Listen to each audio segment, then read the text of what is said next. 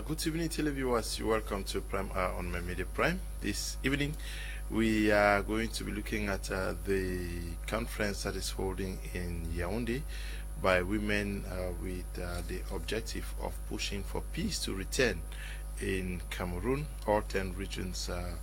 So in Yaounde, as we speak, women from all 10 regions are there. They have started discussing what they can do to also push the peace process in Cameroon forward. We also are going to be looking at agriculture, asking the question whether it is a more realistic venture for youth and the economy of Cameroon. We are discussing this with our panelists who are seated in the house already. Dr. Nick Ngwanyam is in the house because he runs a university, an agricultural university. That's why he's here with us. Good evening and welcome. Oh, thank you very much. We have very exciting topics today, and I will be very happy to talk about agriculture and make sure that I bring the necessary information and wisdom to all our youths. Okay. We're also in the company of Apostle Ambe Valentine Gwa. He is our consultant. Good evening and welcome. Good evening, Mr. Leo. Good evening, Cameroonians. Good evening, my co-panelist, Dr. Nick. Welcome to today's program. God bless you all. We are also expecting to our studios in the minutes ahead Dr. Tata, who is the CEO of Afro Brains, who is in the country. We hope that he joins us very shortly to participate in our discussions this evening. I'll start with you, Dr. Nick Ngwanyam. Are you closely following up what is happening in Yaounde? Is Madame there? No, I'm not closely following up. Actually, I just it's on social media today that I learned about it, that something was happening in Yaounde like that. And I think it's a great move because, you know, the country has been going through a lot of problems and women have been in the background. And each time women come to the forefront, you know that serious things are going to happen. And what they are doing now is a foretaste of what we all expect. I understand some people were referring to saying it's another major national dialogue. No, it will be better than the major national dialogue. And of course, we know that there's a dialogue, a proper dialogue that is going to come with reconciliation and unity in the nation. So when they go and they start talking here, coming from all regions, I'm sure they will share the kind of information that would begin to bring down the tempers so that when the real dialogue comes, it will be easier. Okay. Apostle Ambe, you are reading on what is happening now? For the very first time, Mr. Leo, we now feel like every Cameroonian is part of this country. For the very first time, all the 10 regions have proven that what eats one affects the other. For the very first time in this country, it looks like we are no longer Anglophones and Francophones, but we are Cameroonians. And for the very first time, we feel a touch from the other end. For all the 10 regions, women to have gathered from all the 10 regions of the country speaks good faith. And to me, to the best of my understanding, this is something they were supposed to have done since 2016 when the crisis started. We've seen many situations where women have taken the lead and very complicated crises have come to an end.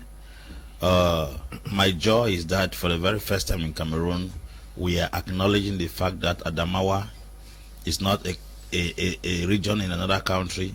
Center is not a region in another country. Littoral is not a region in another country. West is not a region in another country. East is not a region in another country. South is not a region in another country. Because for all these women to have come from the 10 different regions of the country to start pressing for peace is a very good sign. Our worry has been that it looks like when it comes to Cameroon, whatever is eating the Englishman doesn't concern the French. And for the very first time, we feel like, okay, some people also are getting interested and carrying the burdens of the people they never saw as family.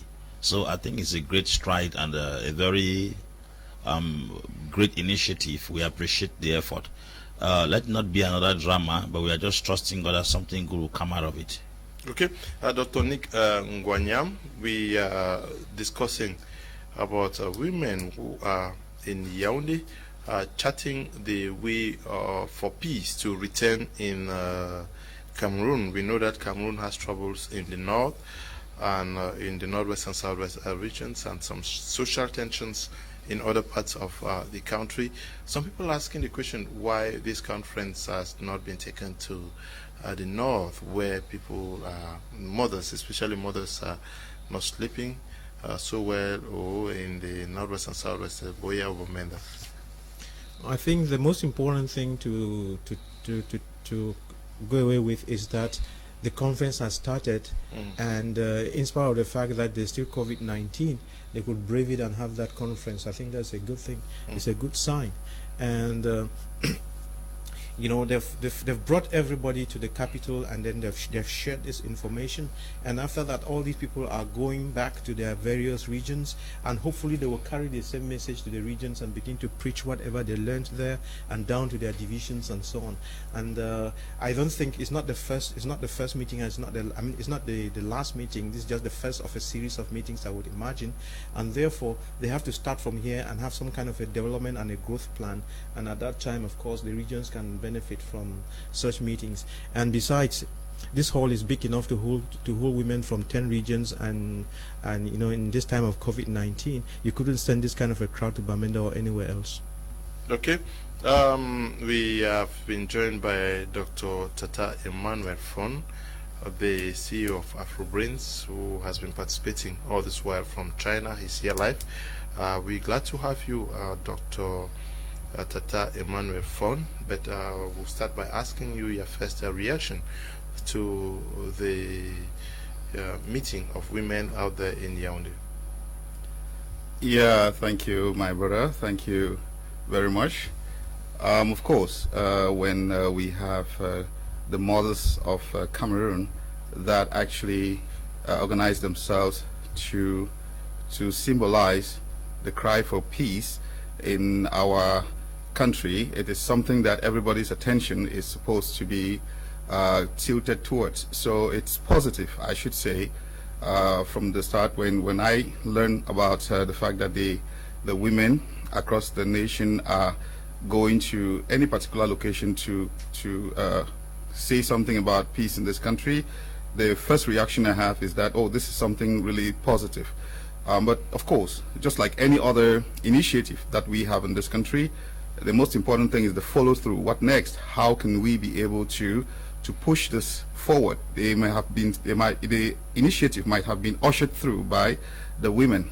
How can the men too be able to add their energy onto this positive spirit so that we actually achieve the results? Because the most important thing is the results that we achieve from there. So to me, it's all positive. It's all positive. Dr. Nick Ngwanyam, I don't know. No, okay, Apostle Ambi Valentine Ngwa. What should follow this meeting in Yaounde to ensure that whatever is decided there has impact on the lives of Cameroonians? We're talking about peace.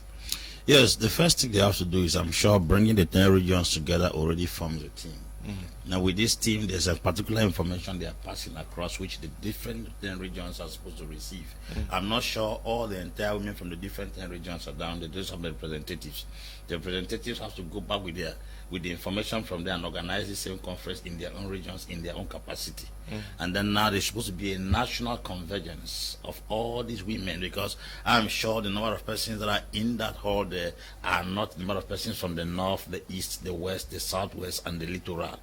The representatives that have gone down there should come back. We want to hear Douala conference, organize a Beloa conference, Betua conference, Adamawa conference, Marua conference, Garua conference, Buya conference, Bamenda conference by women, preaching the same message, communicating the same information. Now, when they have communicated, because there is something we call a process that leads to progress. They're going to go a process that leads to progress. When they are done with this sensitization in all the 10 different regions of the country, now it is the government's responsibility to see into what the women are taking as a step, and then try to see how to help them achieve the dream. And then the next thing they have to do is, sometimes they used to say, when communications is not heard, violence is needed. Not violence in the sense of carrying guns and carrying arms. No. These women also, like we said yesterday, can gather in the national capital in Yaounde in their thousands and press for what they are discussing there today. Because I was told the Minister of Women Empowerment was part of the women that All the big women in Yaounde were there.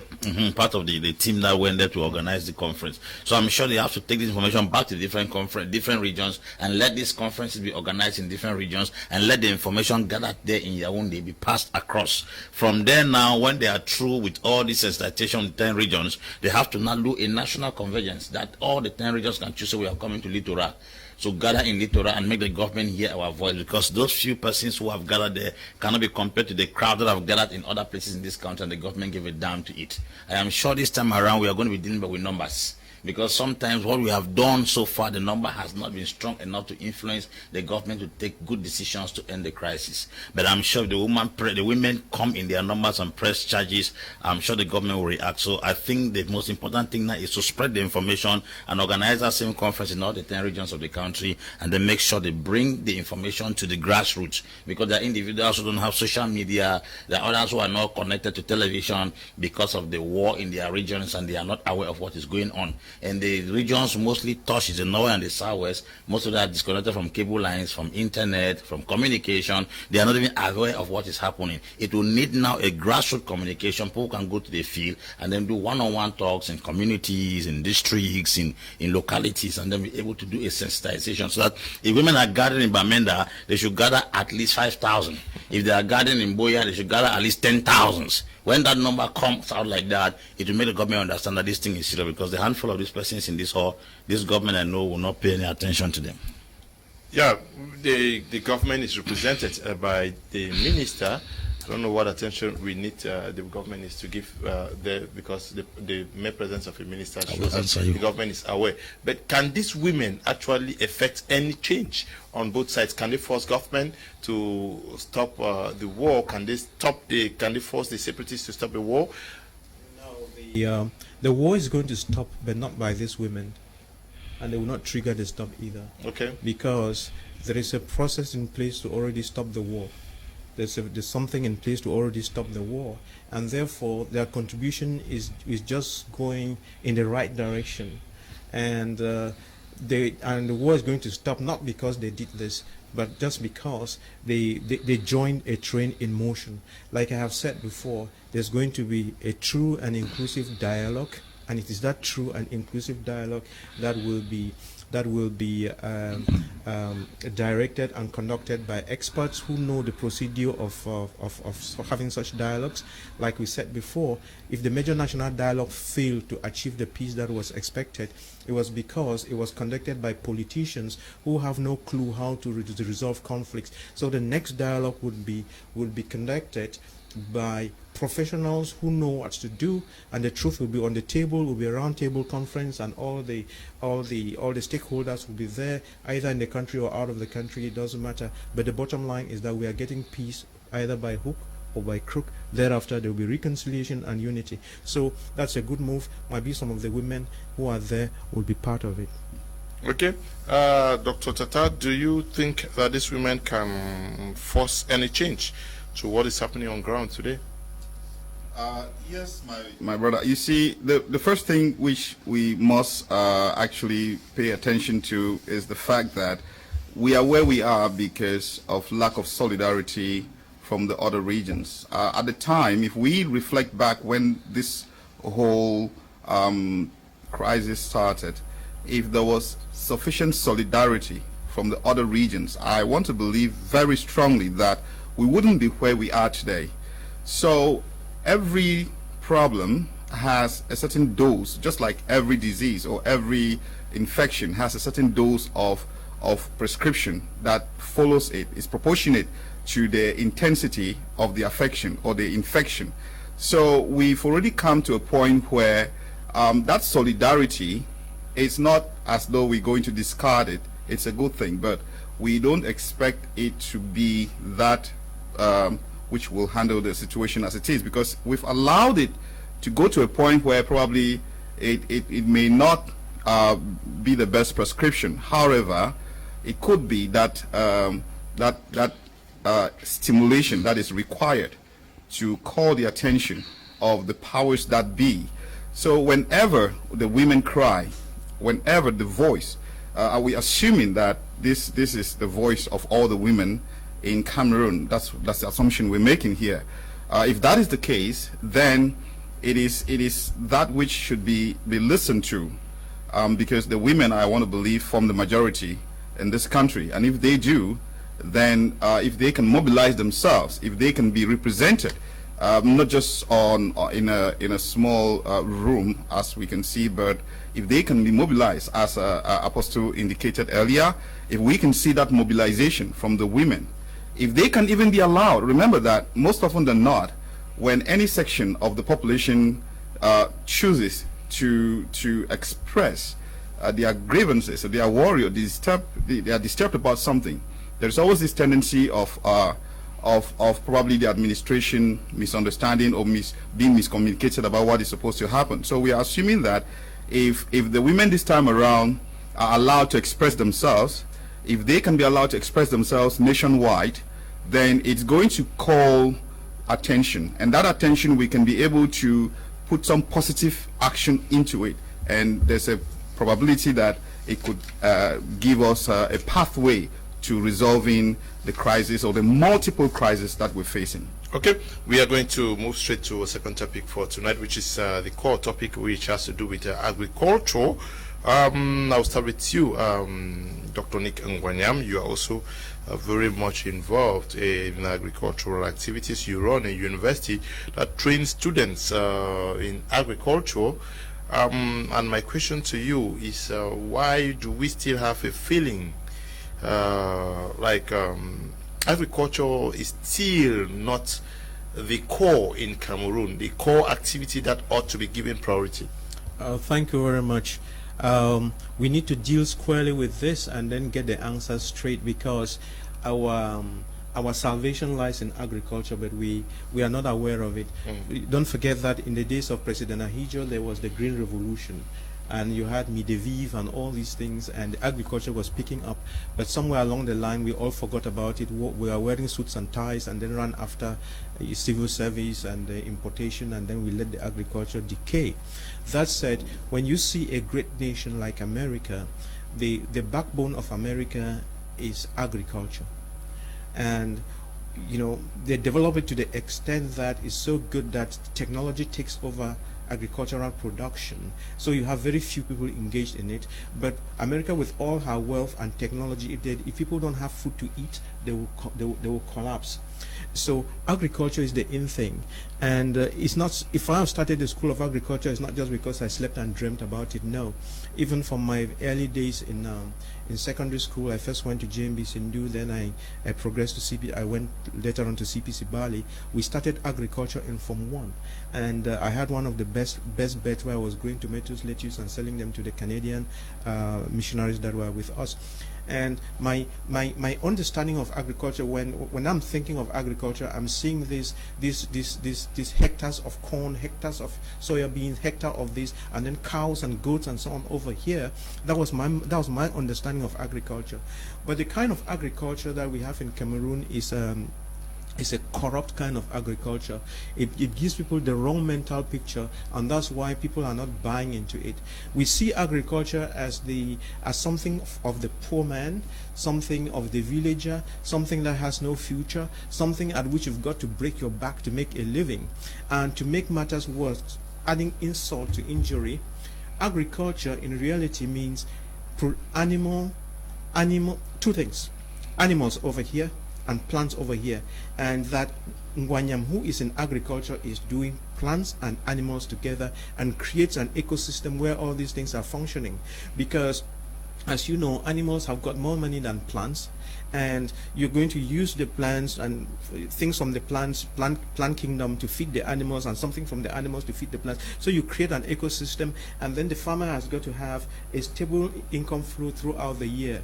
So we first started off, I guess it was a political thing where we wanted to create enough ministerial posts for people. So we took the Ministry of Agriculture, broke it up, and said, you look after animals and the other person looks after plants. And that's what happened in our universities, and that's what happened everywhere.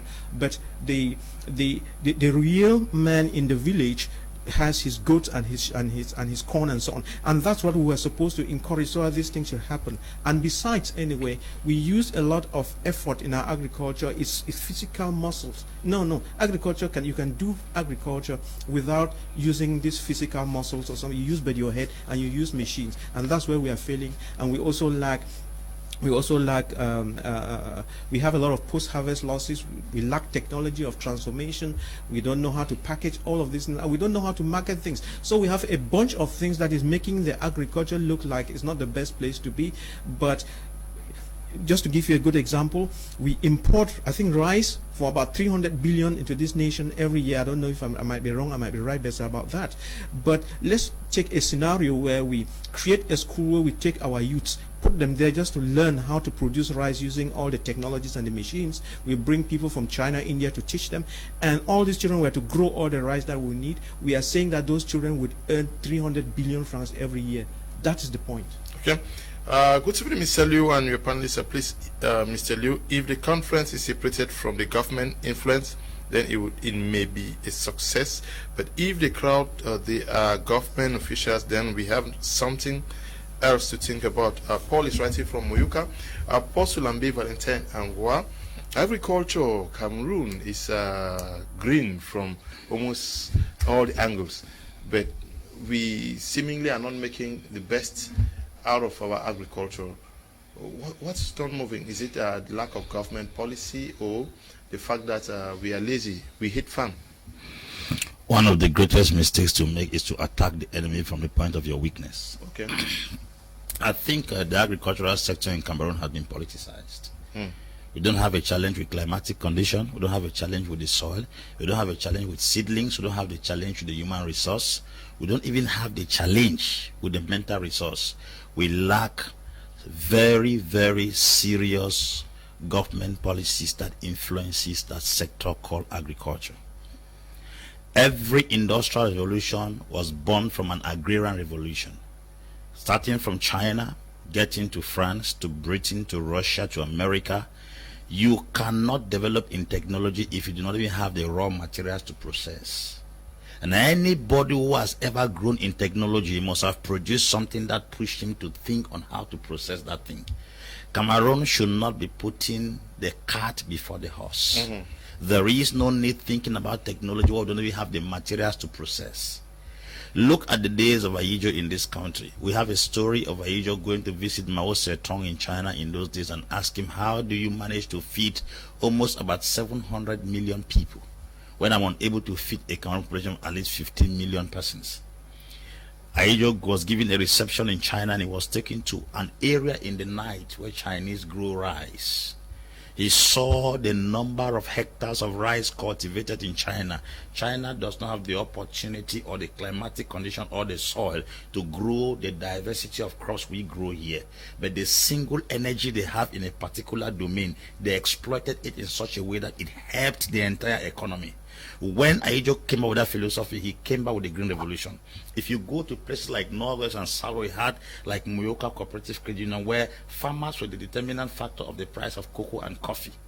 But I'm telling you that after that incident, Ayijo's departure, it looks like a particular kind of wind blew in the atmosphere, and I'll put it the enemy. The enemy knew that if Cameroon is taken out of its strength, Cameroon will collapse. The deception that we have manganese, petrol, diamond, and gold as minerals in this country cannot be compared to what we have under agriculture.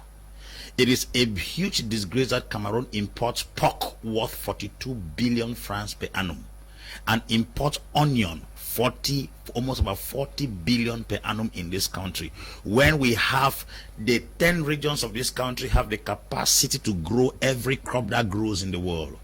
There are crops that grow, root crops like onion and garlic, that survive under the climatic condition of the north and the far north. We have the rainforest. Cameroon is a miniature of Africa, which means anything can grow in this country. You go to the south, the alluvial fans that flow from Mount Cameroon give that environment another picture on its own. You go to the east, you go to the south, you have the forest, we have the rain, the equatorial climate that gives us the opportunity to grow anything we want to grow here. When did we start thinking that petrol, When did we start thinking that civil service? When did we start thinking that export and import is the strength of Cameroon? It was because our mentality and our focus was drifted off our strength. We start looking as if traveling abroad is where the breakthrough is tied. And when we go abroad, we don't go to learn technology and bring. We go and carry old mattresses, xylophones, old cars, old radios, and we bring here as if this is a dumping ground for the West in Europe. Failing to understand that every country operates in its strength. Cameroon's strength, I repeat, if we don't go back to the basis of agriculture in this country, we are going to be dancing and playing by. The truth is, what deception, or the deception that has crept into the minds of most Cameroonians, who do not even believe in what we count on.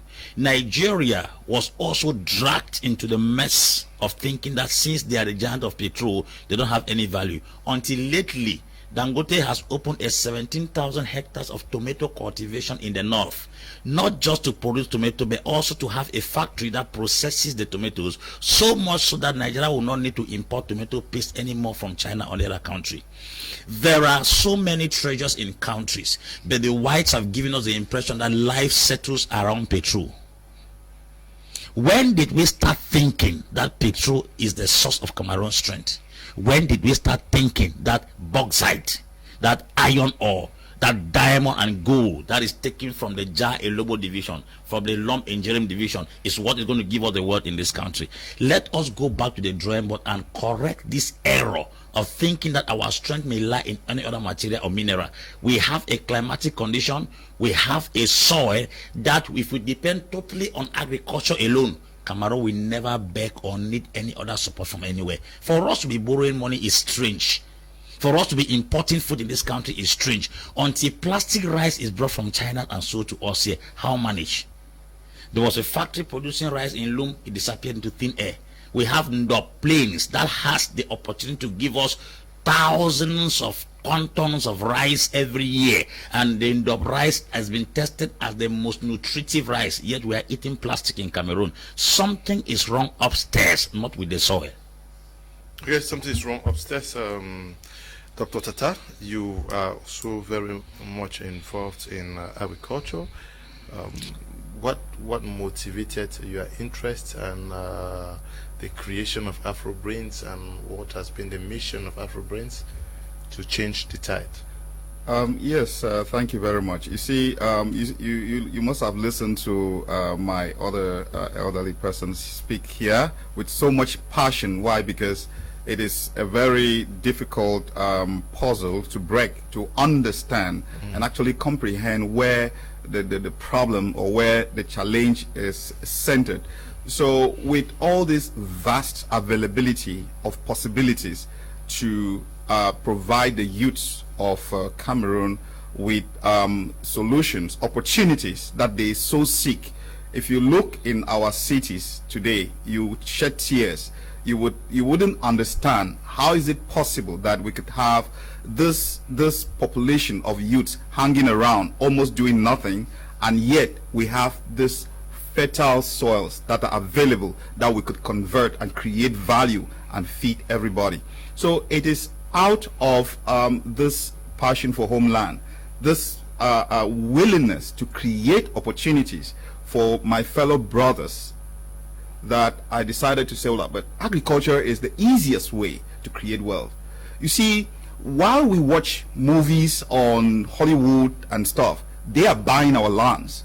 The richest people on this planet are actually people buying lands. The Chinese are buying our lands. The so-called the Bill Gates and all, they are buying lands. Go research, you would realize they are all buying lands. Why are they buying lands? It means they know that the future of the world, the wealth that is going to be appreciated in a couple of years to come, will come from the lands. And that is the reason why I want to begin to, through the AfroBrains vision, I want to begin to create that environment for our youths to begin to see value in our lands. You see, when you go through some of the UN, I must say, I'm very sorry to say this. If you go through some of the UN publications, journals, and all these stuff, you see the photos and advertisements that they use to to depict agriculture in Africa, you would cry. They look at it, they show you some pictures of some old ladies, they show you some pictures of some people who can't even dig the soil, who can't even do anything. What are they doing? They are building in the minds of our youths. They are making agriculture to be unpopular. They are discouraging our young people from getting involved in agriculture, because that is where the wealth is. Just like Apostle said, there is a distraction. It could be deliberate. It could not be. We're just saying that it is our responsibility to begin to tell our youths that the wealth of this world lies in our farms. So AfroBrains is bringing out this value which we have been staying away from. What we do is, first of all, we make the youths understand that if you want to print money, you just have to plant. What does that mean? If you plant a grain, it comes out several grains. If you plant 2 grains, it comes out much more grains. So that is just an indirect way to print money. So instead of you struggling to manipulate yourself, just go to the farm, plant, cultivate. These days, as we do at AfroBrains, we build machines that can help youths to cultivate, not the way our parents used to do the crop cultivation, but using machines. This is making it possible for everybody to engage in agriculture, food cultivation, not just limited to the cultivation of crops, but of course the rearing of animals. There are lots of technologies that are out there, and those are some of the things that AfroBrains actually saw the gap, because you see, industrial revolution missed Africa, and that is where we really have a problem, and that is where AfroBrains strength actually lies, in the development of a system where we can be able to make absolute use of the technologies that are already available in our own context. There are lots and lots of machines that are out there in agriculture, but are these machines designed to fit the context of our own agricultural environment? So at AfroBrains, we work with the local farmers, the local women, the youths, to see that we find out those technologies that can be able to enhance cultivation. If we want to cultivate yams, for example, how can we make sure that instead of cultivating just 1 hectare, we can cultivate 100 hectares of land, so that we can transform? Remember that any investment, as we are doing at AfroBrains, that is going to help in the transformation of our organic products, without a corresponding investment in cultivation, will end up not being useful. You realize that we've had a lot of factories that have been set up in Cameroon, but it takes a couple of years, and very soon you don't see them. Why is that happening? The reason why that is happening is because we invest in transformation, but we don't invest in cultivation. Sometimes we invest in cultivation, we don't invest in transformation. What we have to do is, proportionate investment in transformation should follow investment in cultivation, and that is exactly what AfroBrains is doing. Okay. Yeah. Dr. Nick, why don't we have enough investment in the training of experts in this domain? Is that why you are also opening up a School of Agriculture, or there is a specific mission you seek to meet? Yes, there's a couple of things that we need to correct, and sometimes, like, we come and sit on television and even on social media, we've discussed this quite a lot. You see, we criticize, we talk, and so on. Criticizing and talking is cheap talk. Doing, it's the thing. So I could talk about, oh, the country needs to do this, we need to do this to create jobs. I could talk about that from morning to evening. It's changing nothing. The most effective way of talking and punching people in their faces, when you talk, you do. You show the example, and that's the thing. And it might interest you to know that, okay, I'm a medical doctor, I'm a surgeon, but when I went to secondary school, I wanted to be one of 3 things. I wanted to be either a medical doctor, an agric officer, and agric officer is not this kind of thing I see in Cameroon, running to sit in an office. Agric officer to me was that kind of mental picture of farmers in America. That's what was in my mind, or South Africa. I wanted to be a pilot just for the fun of flying out there. So it happens that I became a medical doctor, and in the latter part of my years, I realized that I have to continue to push this dream of agriculture and inculcate it into the youth, and try to understand where the problem is and see what I can do to correct it, so that this thing that has been left fallow can be picked, polished up, and then made to grow. Because if we do the agriculture well, and we teach the children how to produce plants and animals, which is the cultivation Dr. Tata was talking about, then we teach them the transformation, we teach them the entrepreneurial part of everything, and then we can export. We will make a lot of money in this nation. You know, like we keep saying, oh, how do you create jobs for youth? How do you create jobs for youth? I'm telling you, if we take the agriculture seriously, we can create, Dr. Tata, if I'm wrong, correct me, I'm sure Apostle Ambo will support me in this, we can strategically provide 2 million jobs for youth in this nation every year if we want to. It's possible, very possible. You know, I've had the opportunity of going to China about twice or so, and I have been to Europe several times, America, and so I'm talking about, I know what I'm talking about. And Dr. Tata would also agree with us here that in China, you have so many, you have so many machines out there. When you go to America, the difficulty with America is that they have been doing things for long, and they have giant machines and giant processes and so on. But the beauty of China is that they have made small machines that do the same things that big machines can do, which means that we can start, buying small machines to help us do things. Just like he was saying, you need small machines to cultivate. You don't need to be breaking your back again and things. Small machines to thresh your corn, all those kind of things. We just need to start from somewhere and grow. And it's such a difficult thing that it is only some of us who have to come down our high horses and pick this thing and dust it and begin to tell people this is the way we should go. And it's my prayer that at the end of the day we will succeed, teaching children how to grow plants and how to grow animals, giving them the technology, and taking the stress out of it. It's just because I don't have money now, but you would ask me what is in my mind. I was hoping that by now I would have had enough money to buy the tractors, buy the caterpillars and everything, and encourage the girls. I would have had the girls running around driving all these caterpillars and tilling the earth and so on with their polished nails and so on. At the end of the day, it is fun. You will see the very beautiful girls running on the machines and growing the food without taking anything out of their beauty or out of their ego. They will be so proud of it.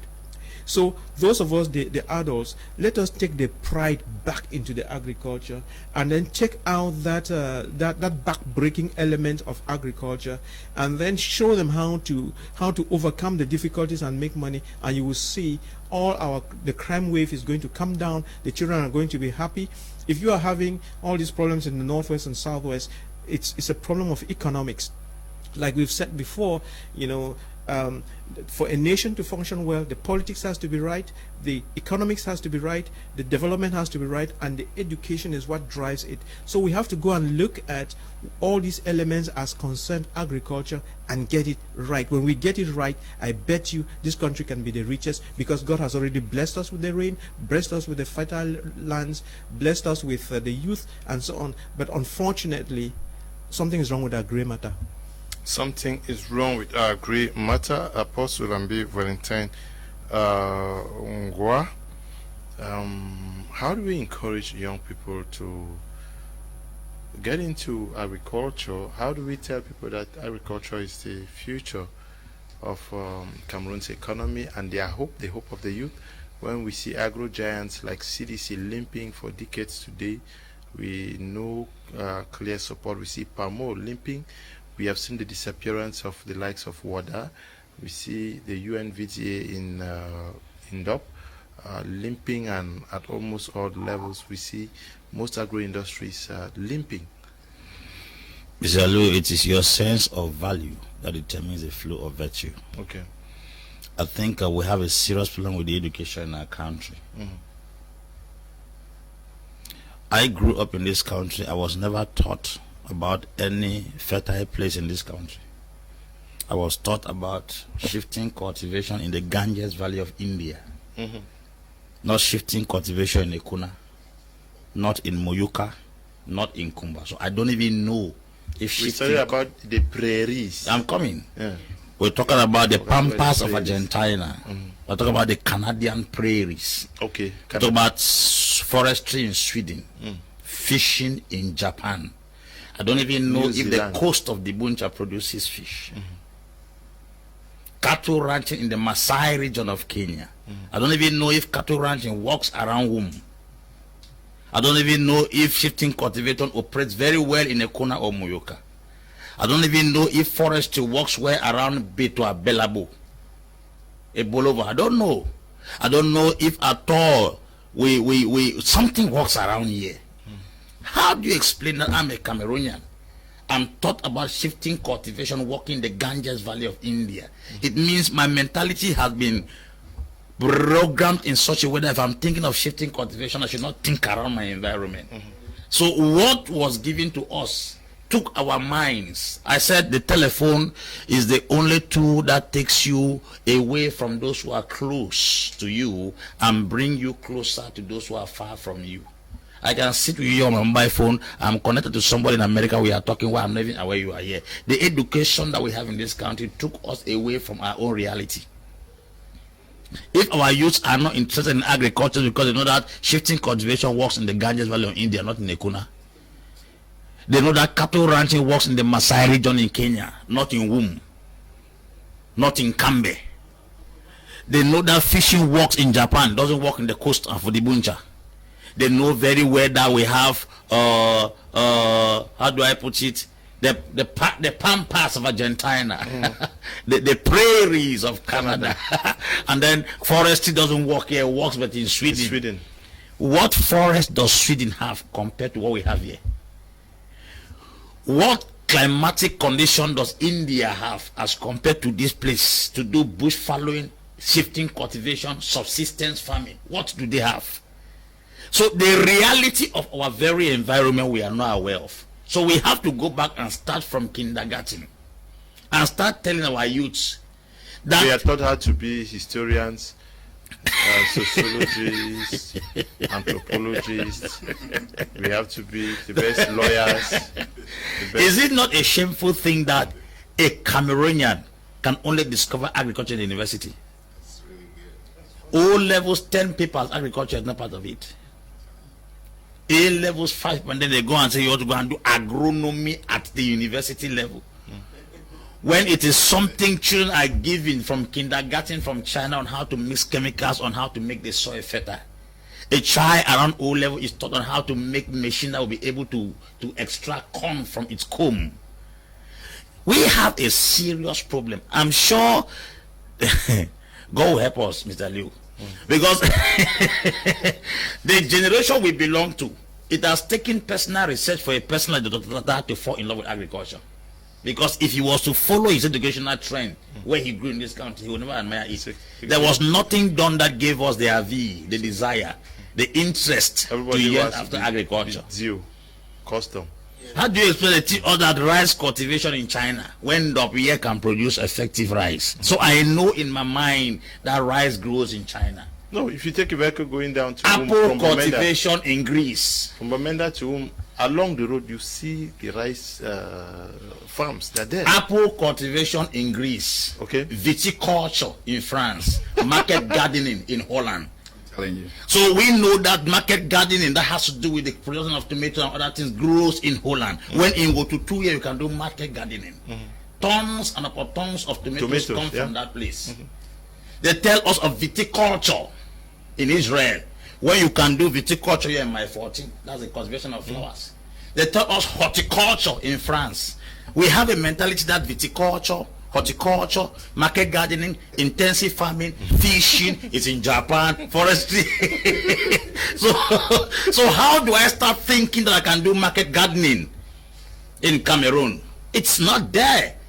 So we have to get back to the place of putting these things, the reality of these things in our very environment. The forest that is in the south and the east is bigger than the forest in Sweden. Chinese people have left China. They are catching fishes in the coast that our fishermen were not catching. They have now brought hooks and nets that catches even fish that sometimes our fishermen will catch, look at the size and then throw it back because it's not yet matured. Mackerel that used to come from here that had oil on it, they will now extract the oil and then sell all the chaff. So what is wrong with us? Our youth never grow with the mentality. One, when you are growing in those, there are 5 things you intend to do. Accountant.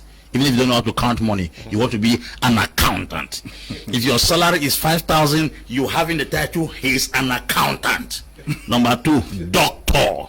Even if you are earning 250 from Qs, you are a doctor.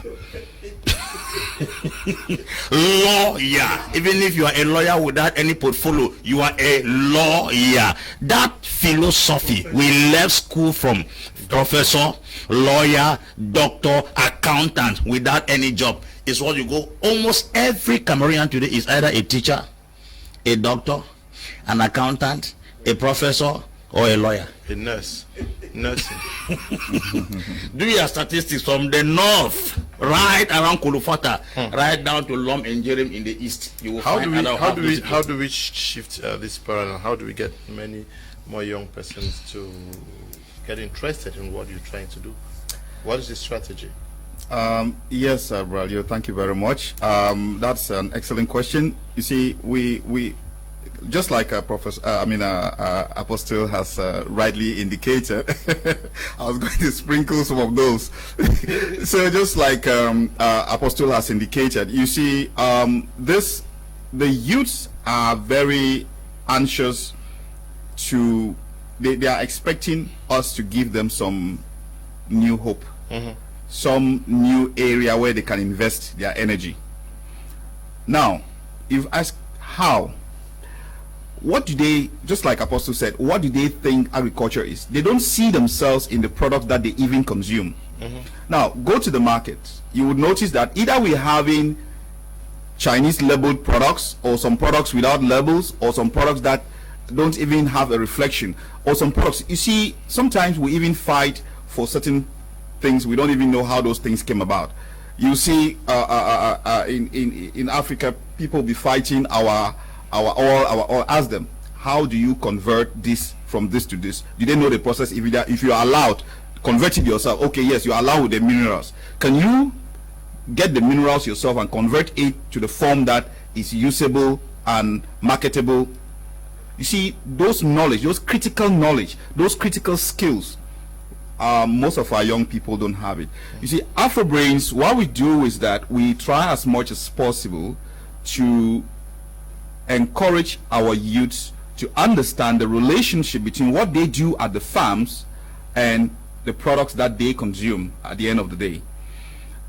We have lots and lots of groups that are involved in food cultivation. We work with women, we work with young people in both food cultivation and animal cultivation.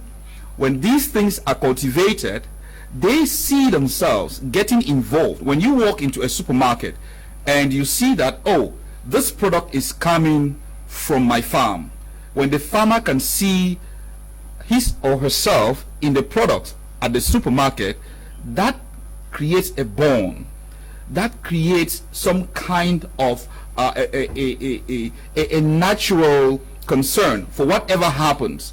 So look, to be honest, food in every country is not just about eating and filling the stomach. It's an issue of national security. And I always keep on saying this, that Cameroonians should begin to realize that when we talk about eating healthy, when we talk about eating, it's not just about filling the blanks.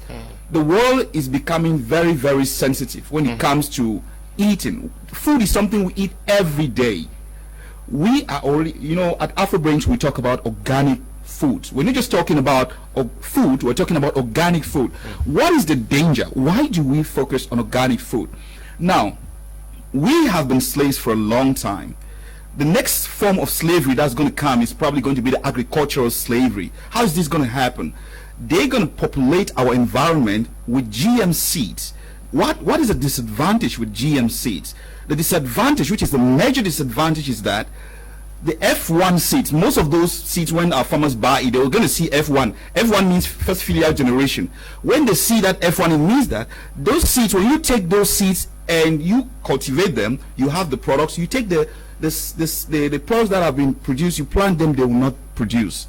So it means that you have to go back to the person who sold the initial seeds to you to buy again. That is a form of slavery. Once you allow the multinational companies to be able to sell seeds to you during every planting season, you are already a slave. We want to make sure that our farmers become educated and develop this organic environment so that we can have control of our seeds.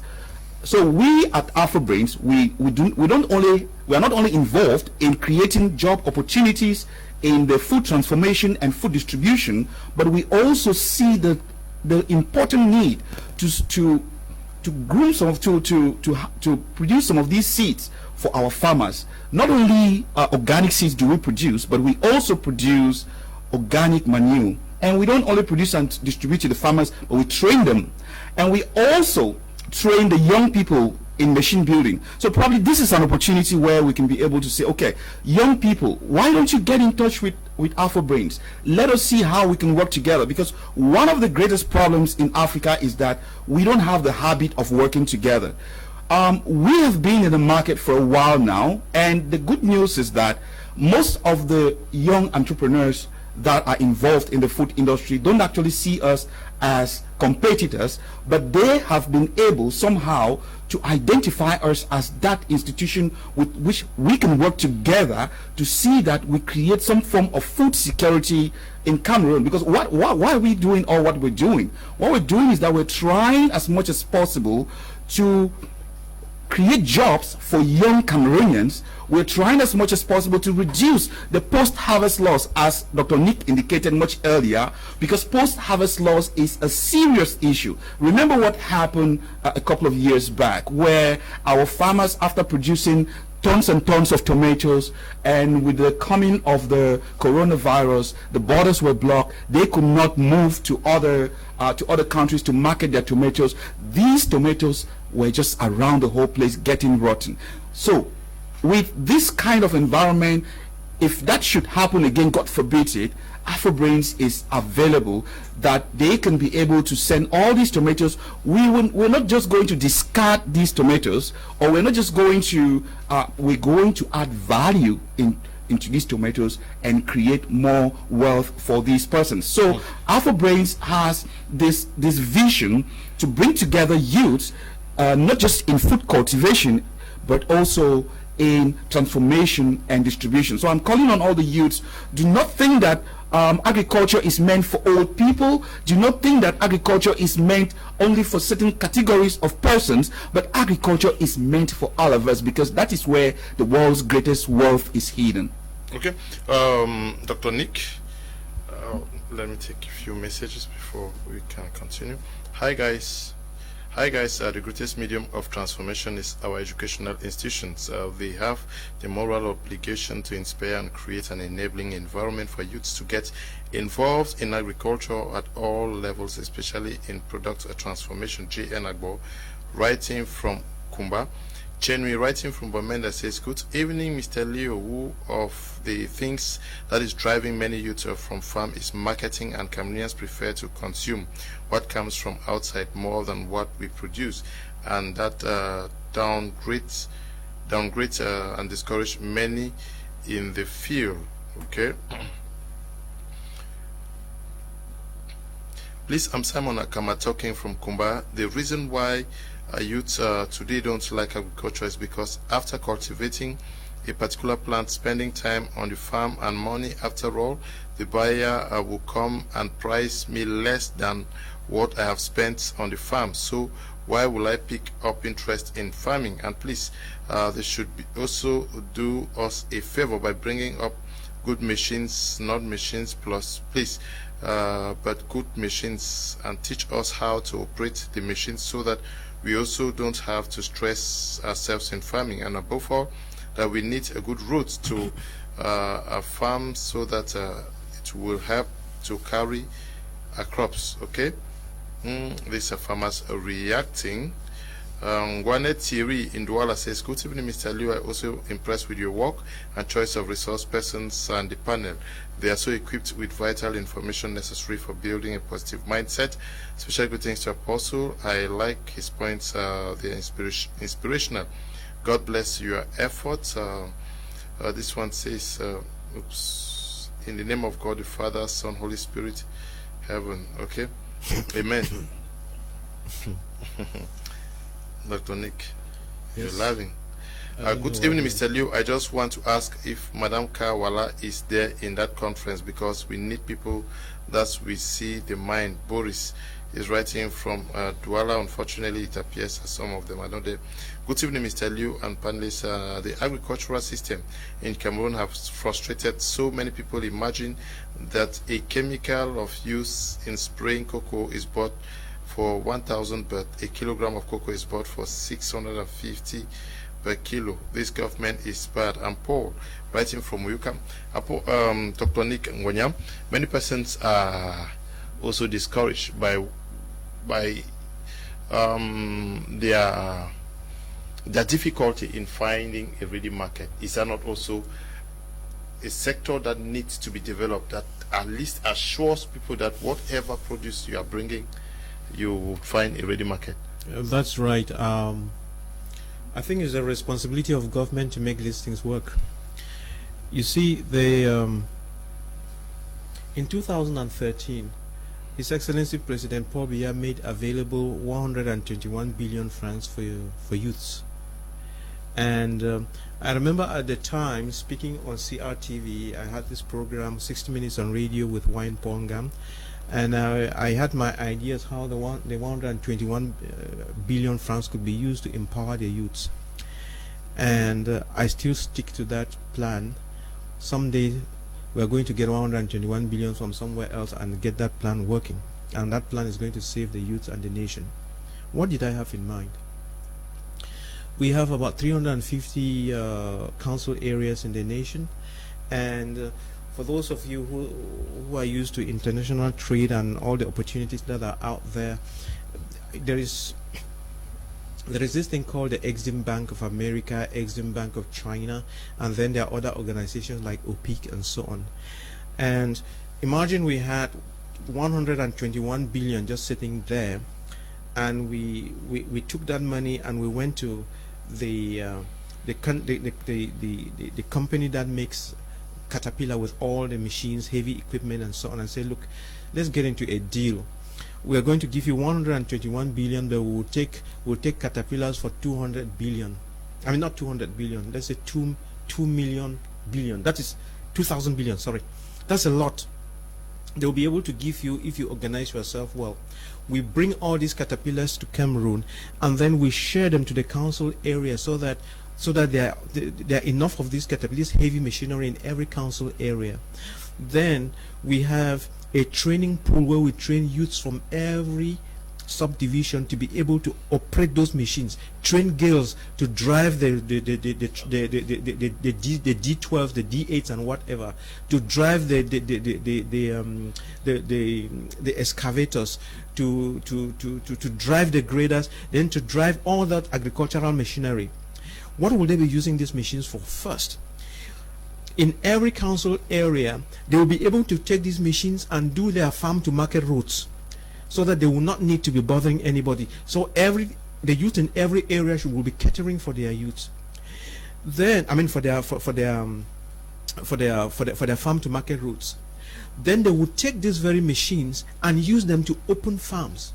You know, I saw a video that was shown to me by one of the farm managers of Colonel Oyenwo, and he showed me how they clear farms. In you know, they have very many these hectares and hectares of farmlands in that area that they grow sugarcane in. What's that area? In Banjok area. And what they will do is, imagine this is a D7 and this another D. Okay, I'm taking my brother's phone. This is a D7 and this another D7. So they would go into the savannah, put this D7 over here and this other one over here, and get a heavy chain, heavy metallic chain that weighs tons. I mean, weighs a lot. They'll hook it to this caterpillar and hook it to this one and just let it drive through the savannah. And then it clears all the grass and so on. So just in a few hours, you have hectares and hectares of land that have been cleared.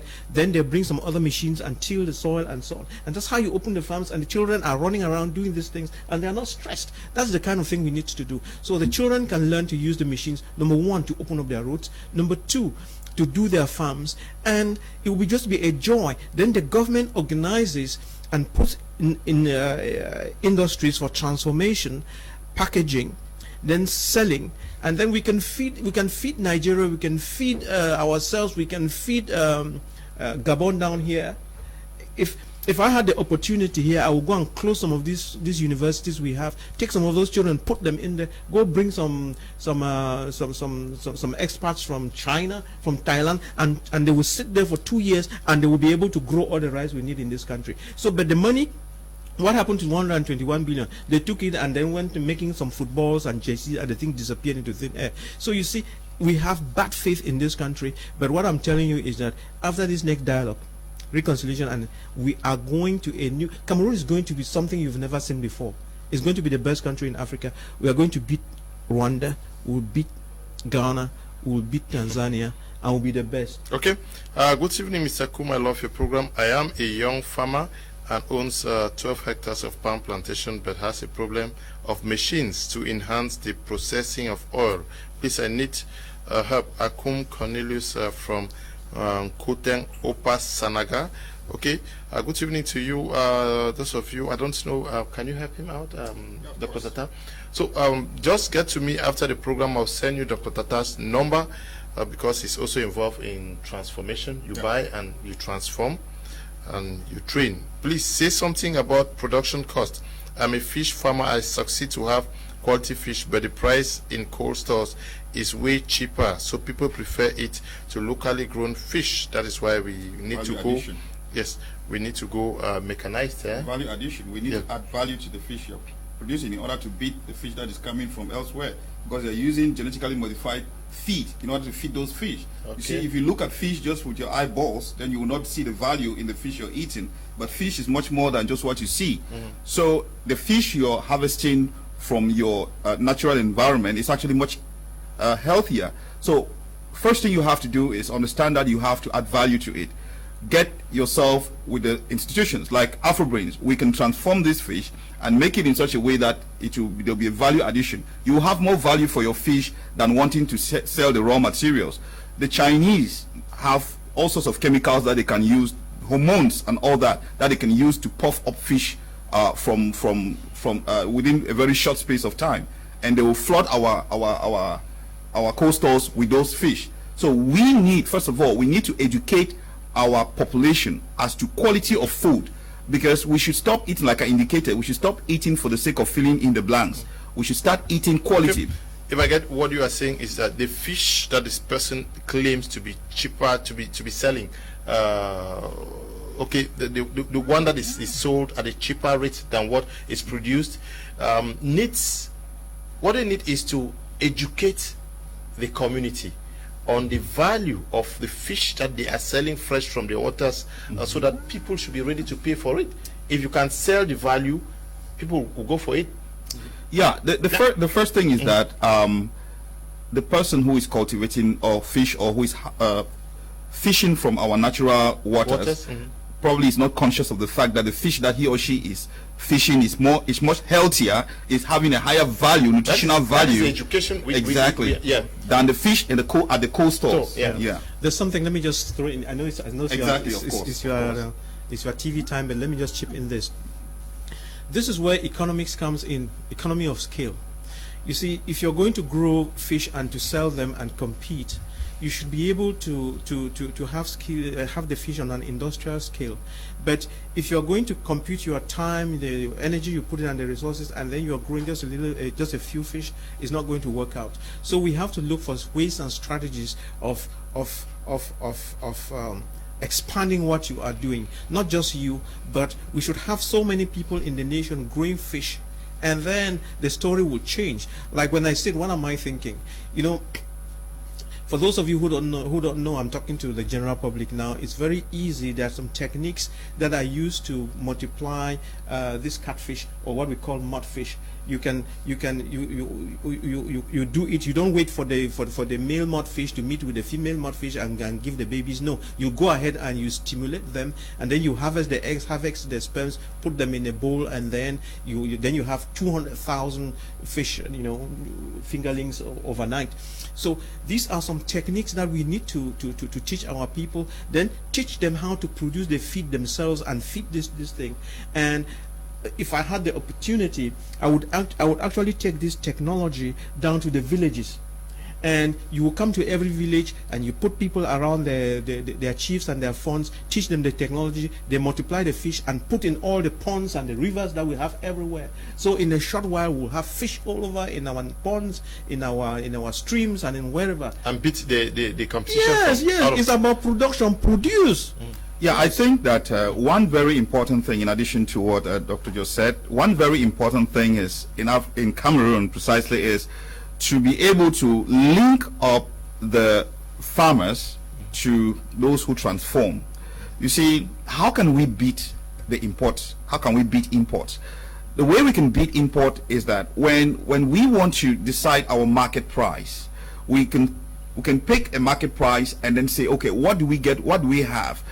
That can be shared between those transforming and those cultivating, and then we scale cultivation. Just like Doc said, when we scale cultivation and link cultivation to transformation, you will realize that there is no way that a product will be imported that will beat us. But where we have a challenge is that those cultivating don't know those transforming. So those transforming go buy from the market. They are not related. There's no relationship. But if there's a relationship, there's an understanding, there is that link, it will be easy for that link to beat any import that we have in the market. Ok, bonsoir au panel. Les jeunes d'aujourd'hui n'aiment pas investir dans l'agriculture d'abord par manque d'encadrement des institutions, et ensuite parce qu'ils aiment les métiers à col blanc, comme disait le révérend docteur Frank de Tico. Reverend Doctor. Everybody's calling you Reverend. I don't know why. Doctor. Good evening, Mr. Liu. Interesting program. Please, I need the number of. I need doctor's number. Alfred is writing from Douala. Okay, there's Dr. Nick and Dr. Tata. Brenda writing from Uyuka. Agriculture can be hope for economy of Cameroon if more mechanized tools are used so as to increase the outputs of the farm product, since most of the population still depend on agriculture. Apostle Ambe Valentine Ngoa, we want more youth in agriculture. The President of the Republic actually said that was in 2013 in his end of year address to the nation.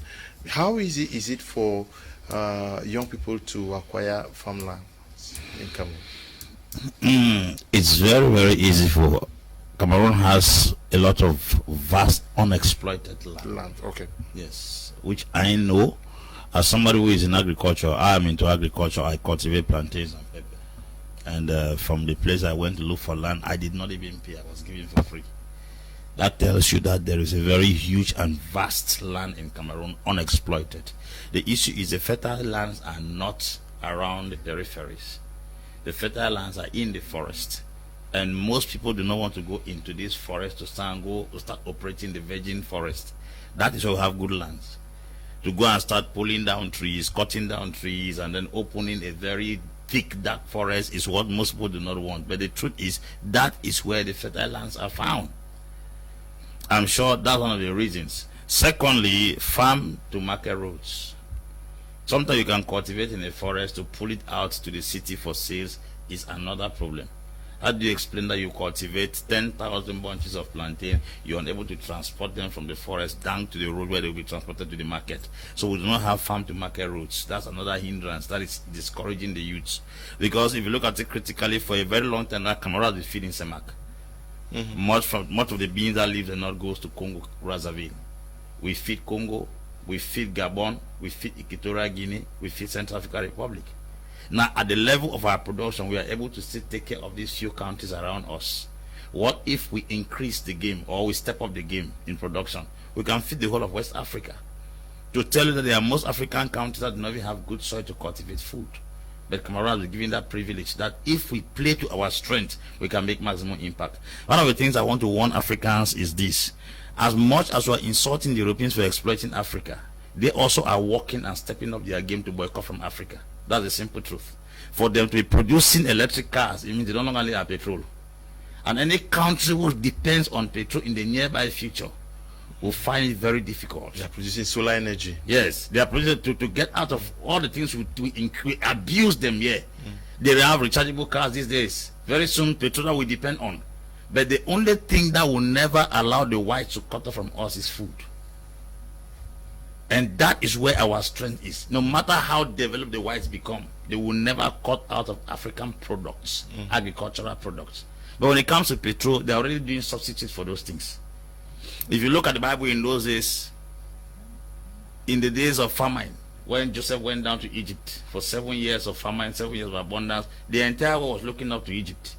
Now, can you imagine the cost of food at that time? All the countries around Egypt that came to buy food from Egypt, is to tell you that once there is hunger, people can have money, but they will always need food. And if we do not play to that strength, which is what God has given to us, Africa has to dominate Europe, because a man that is hungry has no choice. A man that is hungry does not have a decision. A man that is hungry does not have a willpower. It is you that feed him that determines what happens to him. Sankara said, he that feeds you call the shots. So I think we should play to this particular strength, but also we cannot do agriculture from how do I put it, an individualistic point of view. It's supposed to be a collective responsibility of a state. It should be taken as a burden by the nation Cameroon to put all parameters in place to make sure that agriculture is suitable for both the young and the old. If the roads are even graded into the forest, where we can cultivate and be sure that that thing you are cultivating 100 miles into that forest can be transported back to town, there will be that confidence. Number two, one of the things Nigeria has done recently is that whatever they are producing within them, they reduce the imports of those things in their country. Cameroonians used to sell tomatoes to Nigeria. Since Dangote stepped into this cultivation of tomatoes, Cameroonians are complaining how they carry bucket of tomatoes and they were blocked at the border not to carry, because why? They don't want to bring something instead of come and challenge what is existing within them. How will catfish sell in Cameroon? When catfish comes from China, we take 9 months to produce our own catfish. They take 2 months to produce their own, and they are produced at a very wider range. So that large quantity automatically makes the price to drop. And secondly, the short time they use because of the kind of feed they give to them makes the price cheaper. It's the same catfish but not the same quality. Plantains now in Cameroon, you cannot detect anymore. Plantain is as white as if it's not ready. I cultivate plantain. You see the plantain, and the one that has been chemicalized is 2 different plantains. Our plantains grow and they are reddish in color inside. Theirs is white as piece of paper. It's to tell that chemical used to cultivate a plantain, and sometimes plantain here stays 9 months. Theirs does not reach 9 months. You go now to Penjan Jombe, there they are doing cultivation of pawpaw and pineapple.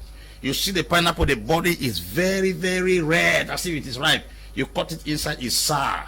It's to tell you that the chemicals used makes these pineapples grow faster than expected. He that grows faster and he that grows good quantity can cut down the price. So it makes the man that grows in an organic manner and with the length of time needed to instead be the prey. That's the reason why some people complain that Cameroonian based products are more expensive than imported products. Because why? The imported products that you call tomatoes, they are all chemicals manifested in labs. The way our own tomatoes here are cultivated in the market.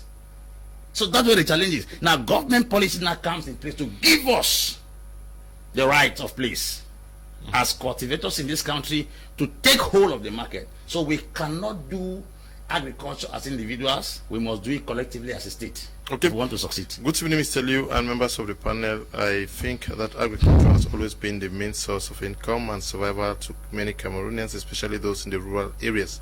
Of course, agriculture is a realistic hope for Cameroonian youth and the economy. All we have to do is work on our mindsets, and also the government should improve on this field of work by assisting those who are engaged in the practice by providing them with good roads, machines, chemicals, and many lots. Taco Peter writing from Kumba. Good evening, Mr. Leo. Please, the serious problem we have here today in farm is farm to market routes. I am coming from the hinterlands where cocoa transportation is done by head, carrying to Sancho and Melon from the southwest, spending 5 days on the way to get to the market.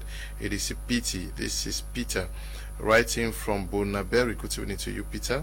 Good evening, Mr. Leonard. I enjoy your program very much.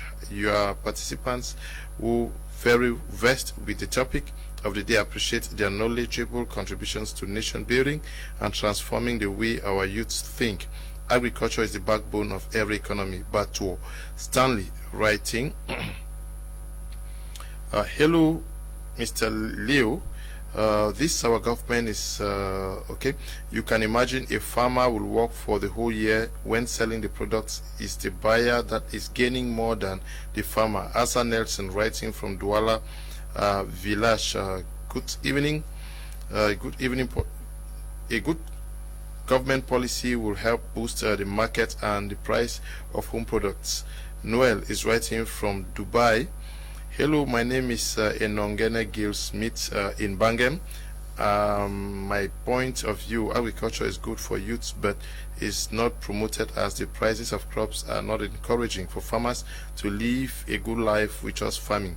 I love the show. Thank you very much, Mr. Leo. Good evening, Clarence from Bomenda. I do fish farming, but here in Cameroon it's not easy because production, as Dr. Nick is saying, is not easy. The feed is expensive. Setting pond, please. I need Dr. number for help. Clarence, okay. Good evening to you, Clarence. Dr. Nick, many persons have a real problem with markets. That is, they imagine themselves working for the whole year, but those who are living far from their produce are those who come and pay very small prices as buying price to go and sell maybe double what you have worked for an entire year. We need to organize the market. Mm-hmm. You know, yeah, I always play things in my mind. I was telling you what I and Mr. Waimponggang used to discuss, and you know, I have this thing in my mind because I come from Donga Mantu, and I'm from Tundip, and the Wimbo men, they like working the cash crop coffee, and when the coffee was no longer selling, they let the women do the beans and the corn and so on, and they don't think it's a man's place to go and work in the farms. And so I had this idea: what should I do to get the men to become productive?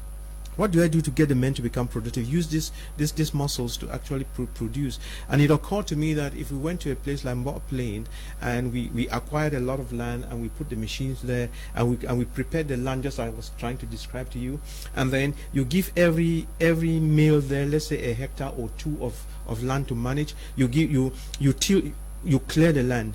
You till it for him, you prepare it, give him the seeds. You can even use the machines to plant the seeds, so that all he has to do is to look after the crops and just tend them so that they get to maturity. And then all these crops are harvested at once, and then they are sold to the cooperative. Not that they carry the beans themselves to the market. They are sold to the cooperative. And then in a place like Ndu, you have a cooperative that has the corn, just like the coffee used to be.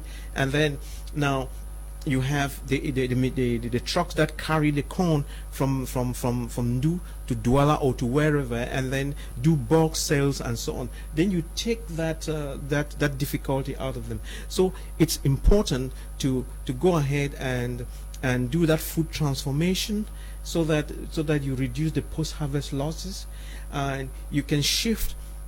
If you have transformed, you know, when we harvest, we have a lot. The markets are flooded, and then so you have seasons of plenty and seasons of want.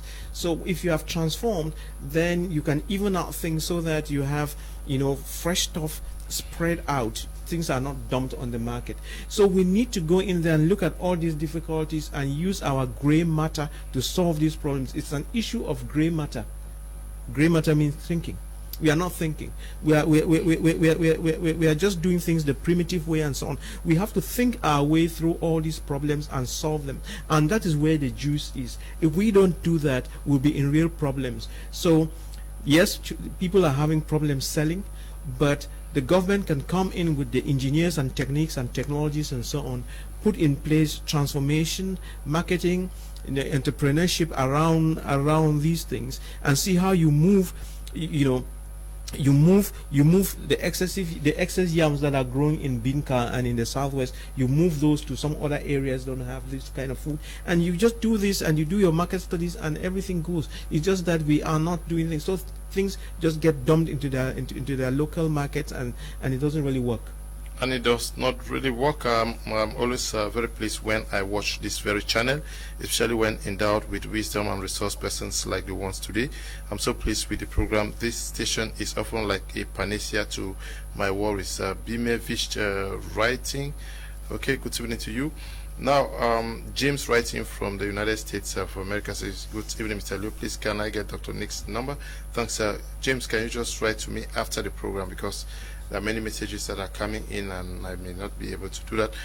Mr. Kum, I like Dr. Nick's hope and confidence of a new upcoming national dialogue to end this crisis, but when and how soon is this genuine dialogue be organized? We are really hungry for change and peace in this country. Paddy Brown, the best teller in Bamenda writing. Good evening to you, Paddy Brown. Okay, now you have listened to the worries of most persons. First, we must acknowledge that many persons are ignorant also. They lack knowledge, but should they not also study hard? Because many persons are into farming, they fail to understand that most of the worries that they are expressing could be found on their phone. They just need to go and Google this aspect of what they are doing, and they're going to have a headway. But how do we help them also to better market their produce? Yes, thank you. At AfroBrains, what we do is that we have a market for farmers. That's basically what we do. Farmers who have whatever crop you have in large quantities, we buy those products from you after you've harvested, and we are able to transform into other forms. And as I indicated earlier, lots of Cameroonians probably don't know that we are situated in Yaounde, and we are actually interested in absorbing these post-harvest loss, because you see, our research actually educated us that there are lots and lots of Cameroonians out there who do food cultivation, and at the end of the day, as you've gotten from your comments there, that these persons don't know what to do with the products, from food, from crops, from the plants to the animals. They get themselves into a situation where you find probably other foreign companies, buyers who come and exploit exactly them. Other foreign companies will get into the market and go and meet the farmers and say, what are you going to do with it? So they're going to give the farmers whatever they have, and the farmers will have no choice. But here is what we are coming in to do. We say, this is our product.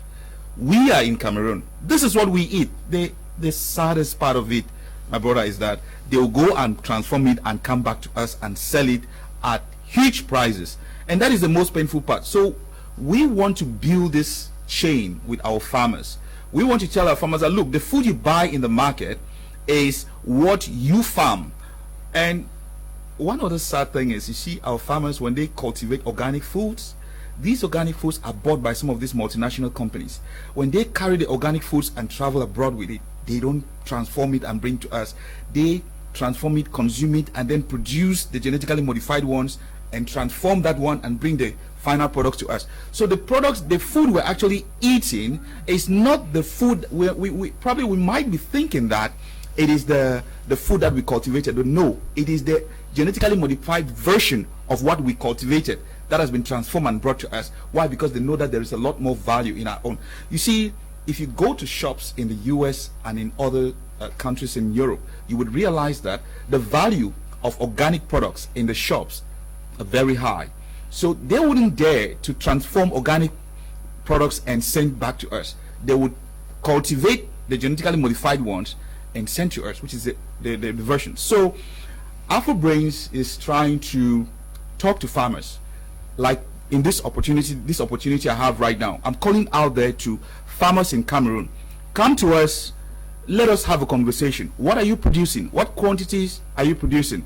We have the possibility to scale your production, Because you see, like I indicated much earlier, when we invest in transformation, most of the products that we produce, we think that is much. It's not much. We can transform several tons, hundreds of tons in 1 week. Do we have that volume of raw materials? No, we don't have. So how can we get it? We can be able to establish this relationship with our farmers. We can support them with seeds. We have organic seeds, not genetically modified seeds. We have organic seeds. We support them with seeds. We equally support them with organic manure. We can manufacture this manure from our natural environment. These things is just about getting access to the knowledge which is available at our fingertips here.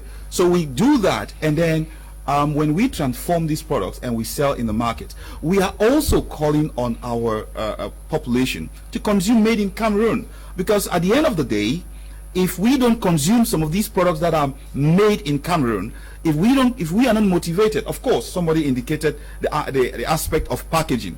So we have really good packaging which is equally competitive, because sometimes you see, because of the way our products made in Cameroon are packaged, people are not motivated. It doesn't really look appealing to the eyes. It looks like something that you did in some gutter somewhere. So we have, of course, that is a natural tendency. So we have identified that too as one of the challenges that the market is facing. So we also helping, as I indicated earlier, other young entrepreneurs in the food industry who produce one or two things to make sure we can package it neatly so it can be competitive in the national and of course international markets. So our objective is not just to put ourselves out there, but it is to create an industry, to make the food industry in Cameroon to belong to Cameroonians. You see, because our food industry does not belong to us. I have personally seen situations abroad where food is expired abroad, and that food is repackaged with the complicity of Cameroonians and imported into Cameroon for Cameroonians to consume. These are some of the things we should begin to think twice, because buying food from the market is not just about the price, it's also about the quality.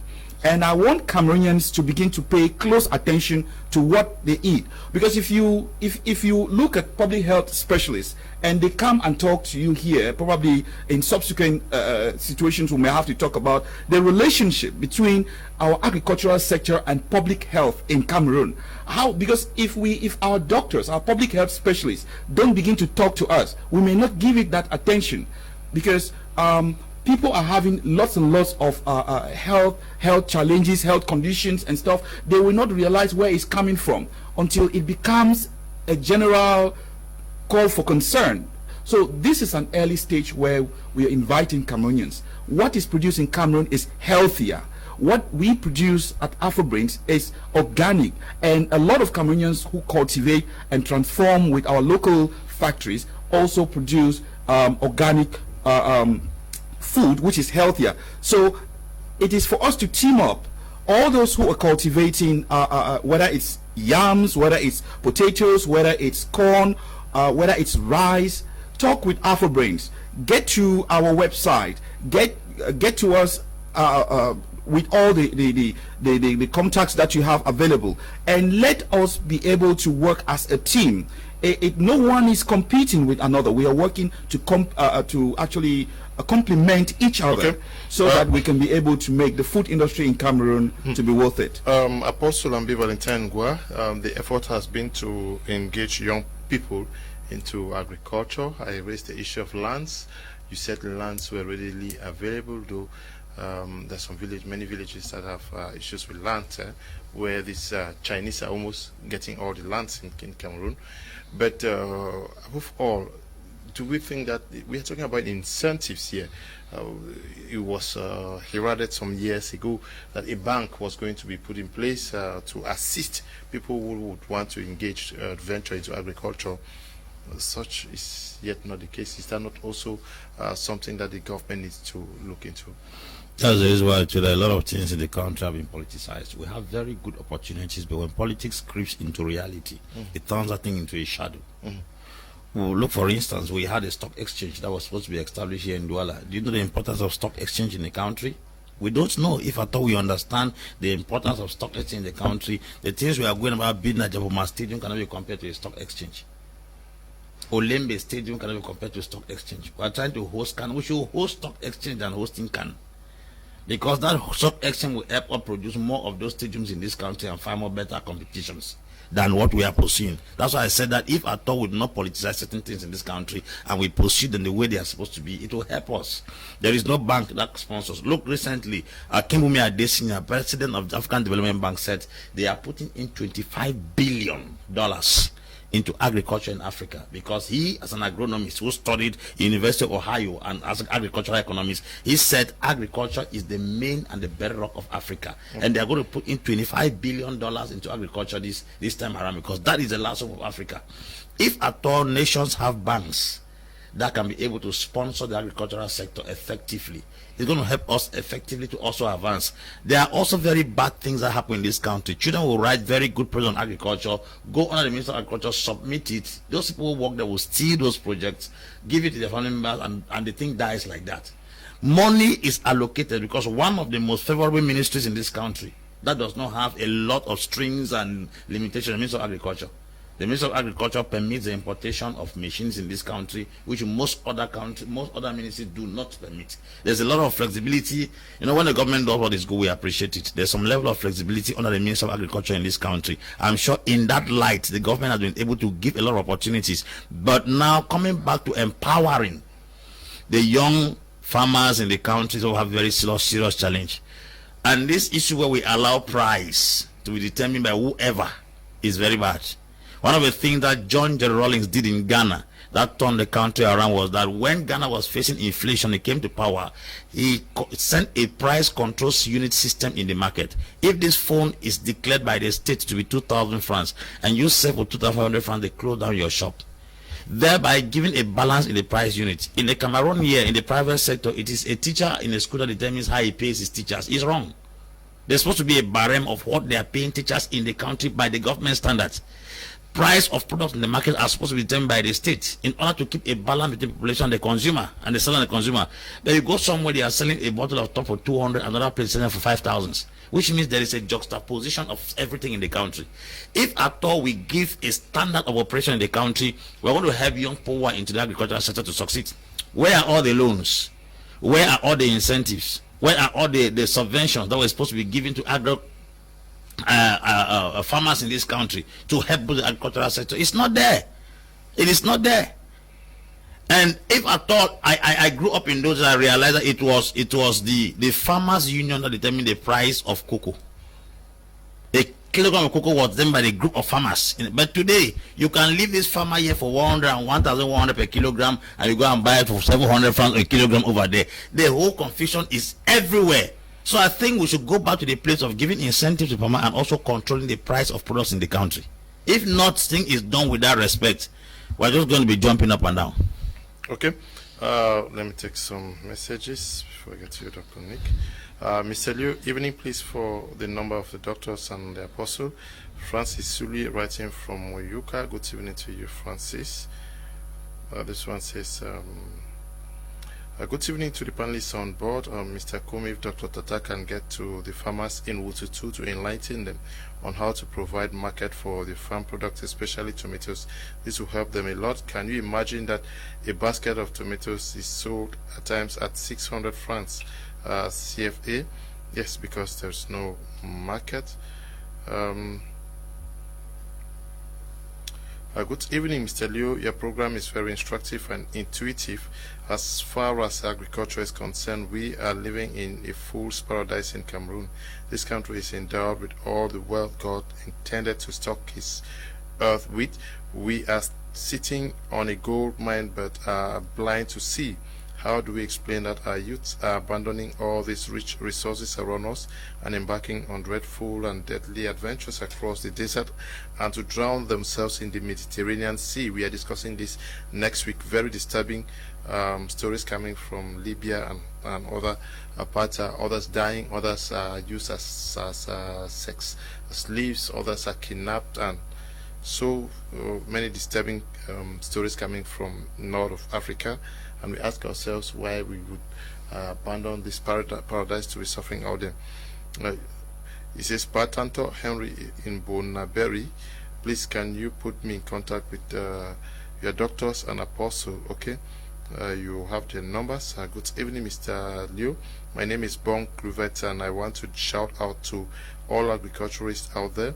I believe that agriculture can really change the Cameroonian economy and the life of youths, and I think the government should put in more so that the youths can benefit from agriculture and not see it as a waste of effort. Thank you. Hello, good evening. I love your program and I'm learning as well, especially from doctors. I just wish to add that the youth need much encouragement as far as agriculture is concerned, because some see farming as a last option and degrading and waste of time and energy, and thus they prefer self-employed jobs such as mobile money call box centers. Okay. Good evening, Mr. Liu. Please, I'm into farming because I know it can be more realistic than searching for jobs. I have struggled to acquire some hectares of land, but after nursing the seeds, I lost about 50% of it in the polythene bags. I really need help. Please, I'm Edwin, writing from Konsamba. Edwin, can you please write to get the numbers of those on this platform? They can help you. Me, I'm a simple journalist. My job is to talk with them. They are the technicians to tell you what you can do to turn your story around. Good evening, Mr. Liu. With the knowledge shared on your platform this evening, I won't mind Cameroon taking huge loans if it can be used to empower the agricultural sector and also support the youth who give convincing projects with funds under strict supervision to develop farms. We need the government also to come up with supportive policies. Please, Mr. Liu, I am into rubber.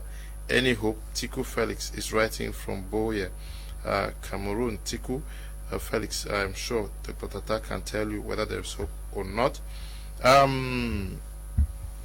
Many young people are pessimistic, Dr. Nick Ngwanyam. You have a university training these children. What are you telling them? And those who have not had opportunity of attending a prestigious university like yours?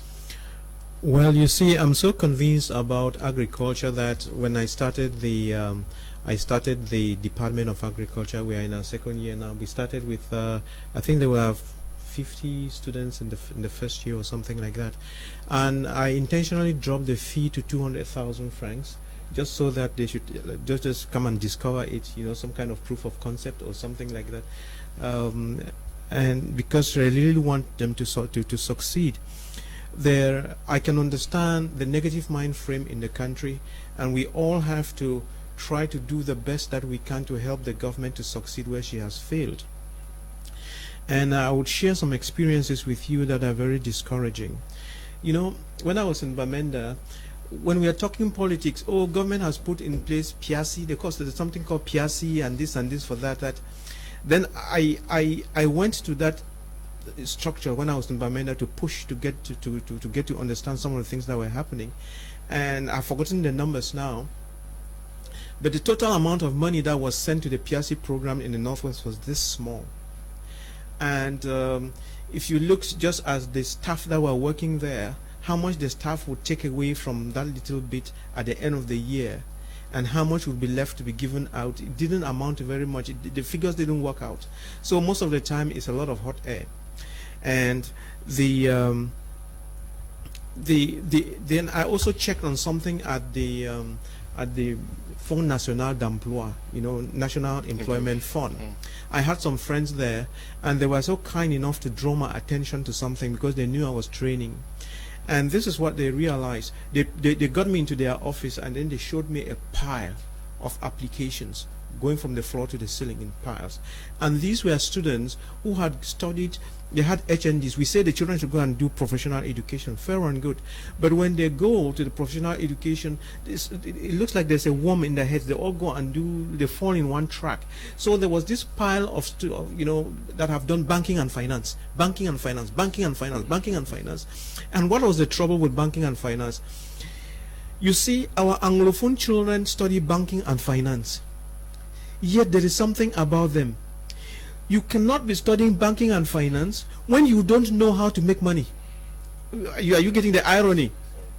You are sitting there doing your nails, and that you want to take the Bamileke man's money and bank for him. You see, but you don't know how to get that money, and that is a huge problem. And we have to switch around now and teach our children, number one, to understand problems, number two, to be able to solve problems, and number three, how to create wealth. It's very, very important. If they don't get this, you have to realize that you make money, or you survive, or you grow when you know how to solve problems. You get money by solving problems. It's not by sitting in an office. And so these are some of the things that we need to change in our youth, because they keep doing the wrong things because they lack this kind of education we are giving them. It's very important. And to also say that I have learned a lot in agriculture, not because I went to any classroom. There is this thing, I think one of you was showing it, this thing, this phone like this. This phone, these Android phones, this is the university. You want to go to a university, is right here in your phone. I have learned on a lot. Just go onto the YouTube, how to do whatever. Just put it how to, and you have all these videos coming, and they will show you a step by step how to do it. How do you multiply catfish artificially? How to, and you will learn a lot. Please, instead of using your district to make selfies and so on, and to spend the whole day chatting about that rubbish, sit down, use the few mega whatever that you have, and do one YouTube every day on a subject or something, and you see how well you will grow. And I just want to share this other thing with all of us. You know, when you are keeping animals, for instance, let's say fish and chicken, you know, the cost of feed is very high, and I spent a lot of time and went on YouTube to study about, I'm sure, I don't know about whether you know, I'm sure Tata knows, it's called the black soldier fly. You know, there's this black soldier fly. It's a lot in Asia, and I think in America and so on, and I think a few of them are in Africa. I think I was talking to someone, he said he has a few of those in Kumba there. How these flies are special flies because their maggots are very big, and they produce a lot of maggots, and you feed the maggots just with kitchen waste and some of the waste and so on. So you can use these black soldier flies. You learn the technique and grow bags and bags of maggots. That is bags and bags of protein, okay, and you use that protein to feed your fish, feed your chickens, you can feed your pigs, feed other things, feed other animals with it, and it's a cheap source of protein that costs you nothing. So it's about knowing what to do, the technologies, and then we'll get it right. I don't know if you know, sometimes when I start talking, I forget about your question. If I didn't answer your question, what did he ask me exactly? You remember? But you know, I'm just so excited that it's true. He asked me a question, but I wanted to tell you about the black soldier flies.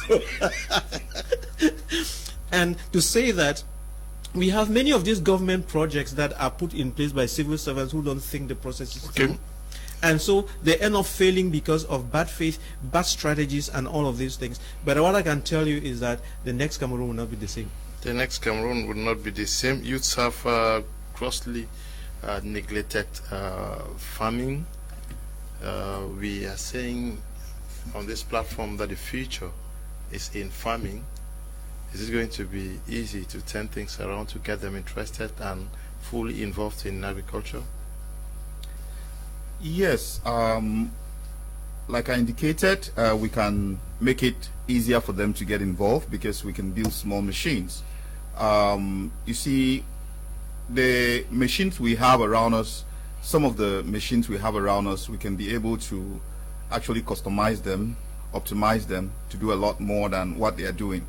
There are a lot of these motorcycles that we have around that can be used to do a lot more than what they are doing. You see, the other countries, they started from where we are. We have to develop our own technology. We don't necessarily have to copy and paste. You see, there are lots of machines out there that are not actually designed with Africa in mind, talk less of Cameroon in mind.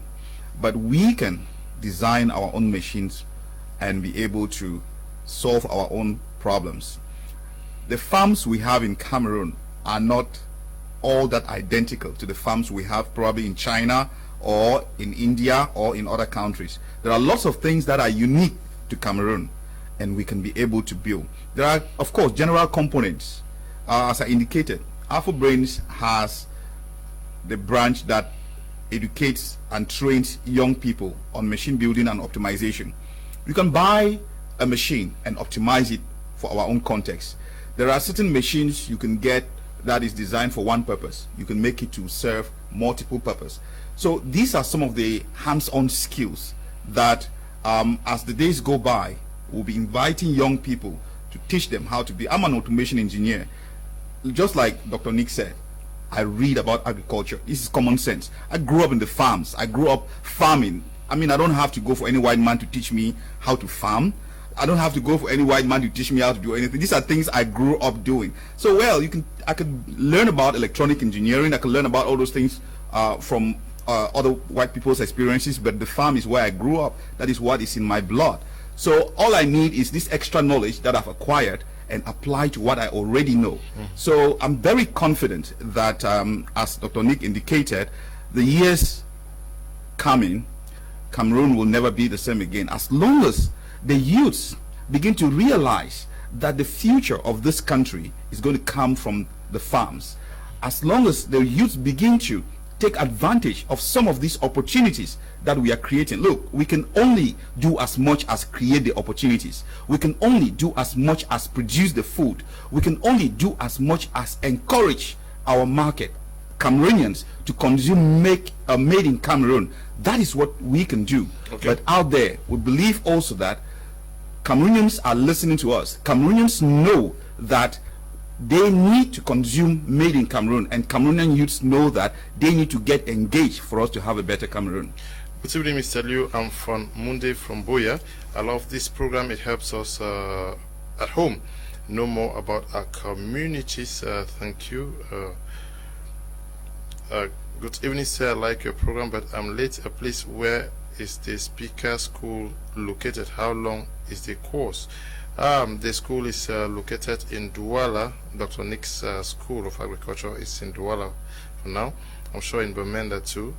Good evening, Mr. Liu. Nice and educative program. Please, for Dr. Nick's number, please. I think he can be of help to me. Okay.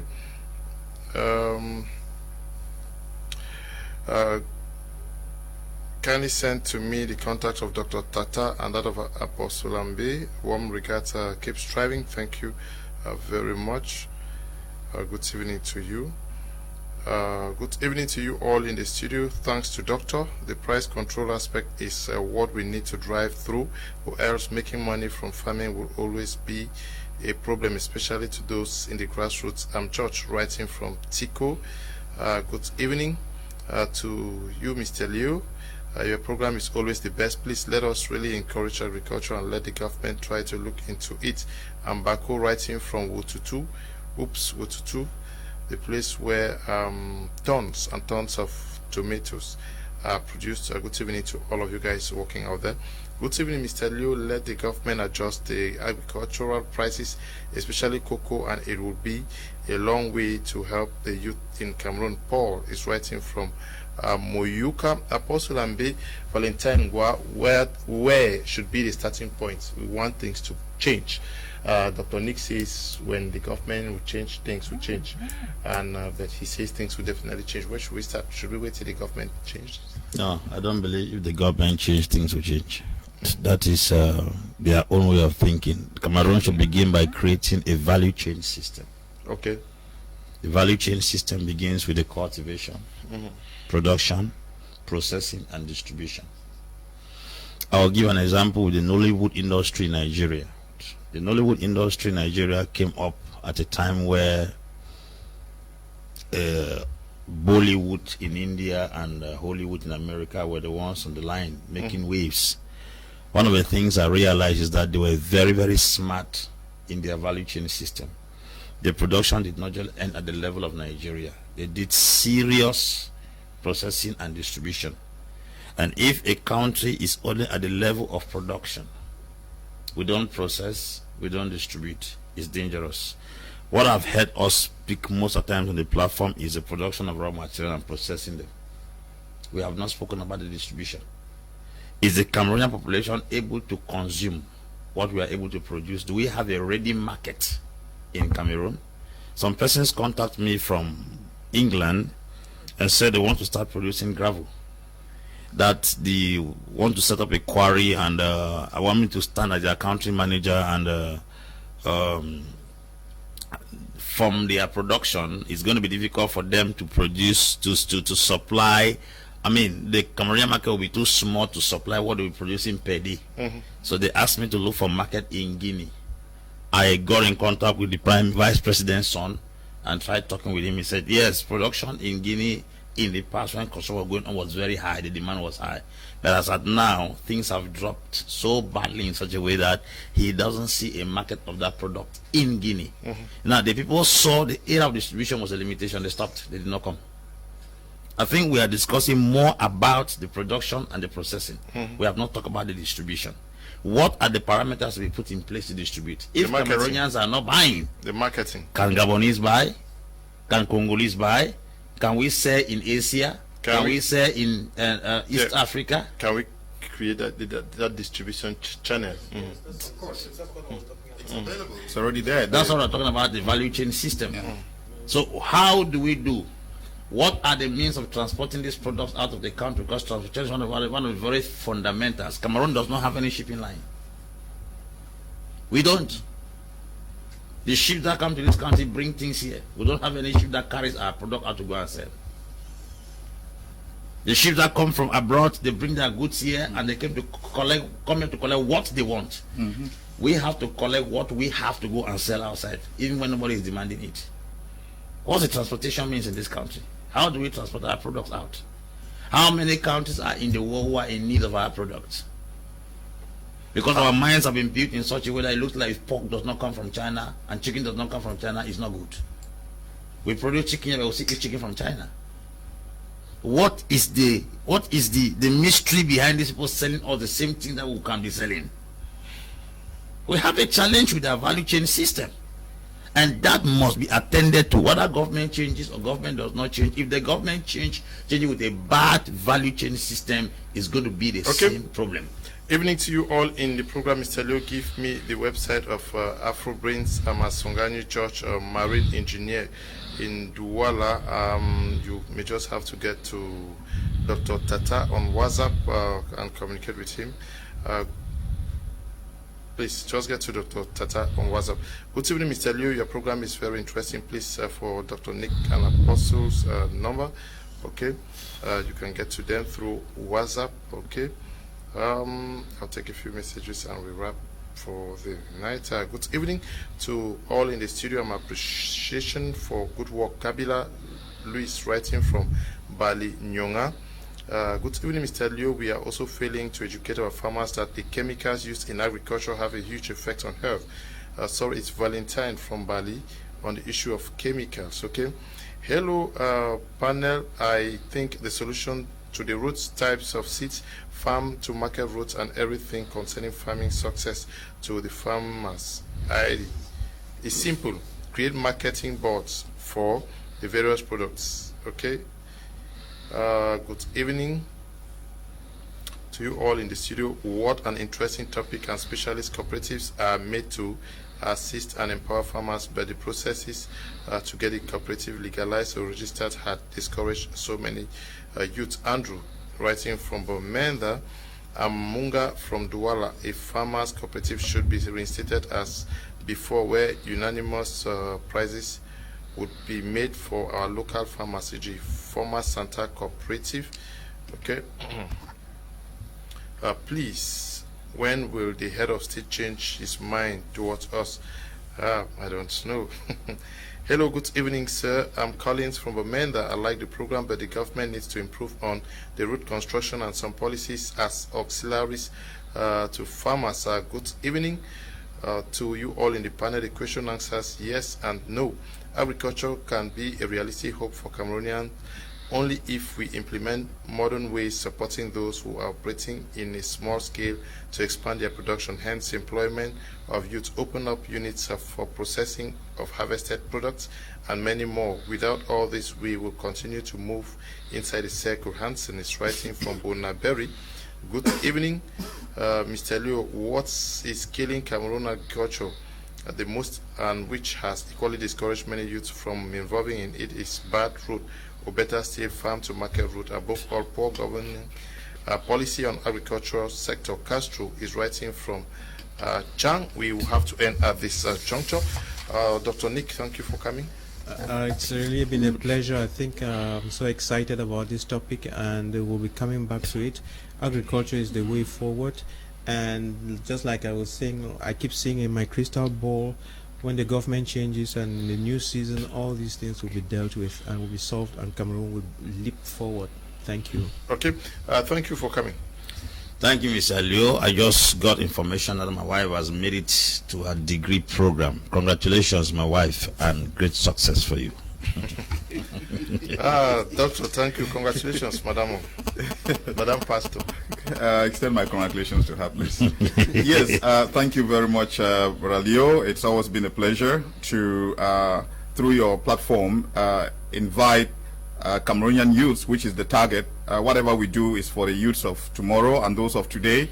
So it's always been a pleasure to continue to reiterate, especially when it comes to agriculture. We are always available. I continue to use your platform to invite youths to join us. Let us see how we can build the Cameroon of tomorrow. We want to thank you all who took time off to watch the program. Also, not forgetting you, Eli, Desmond, Bertrand, Noel, and everybody who has worked for the success of today's edition of Prime R. We also want to say thank you, Tabitha and Brian, supervising the work we do out here. Tomorrow is going to be another day for another edition of Prime R. Stay blessed. Bye.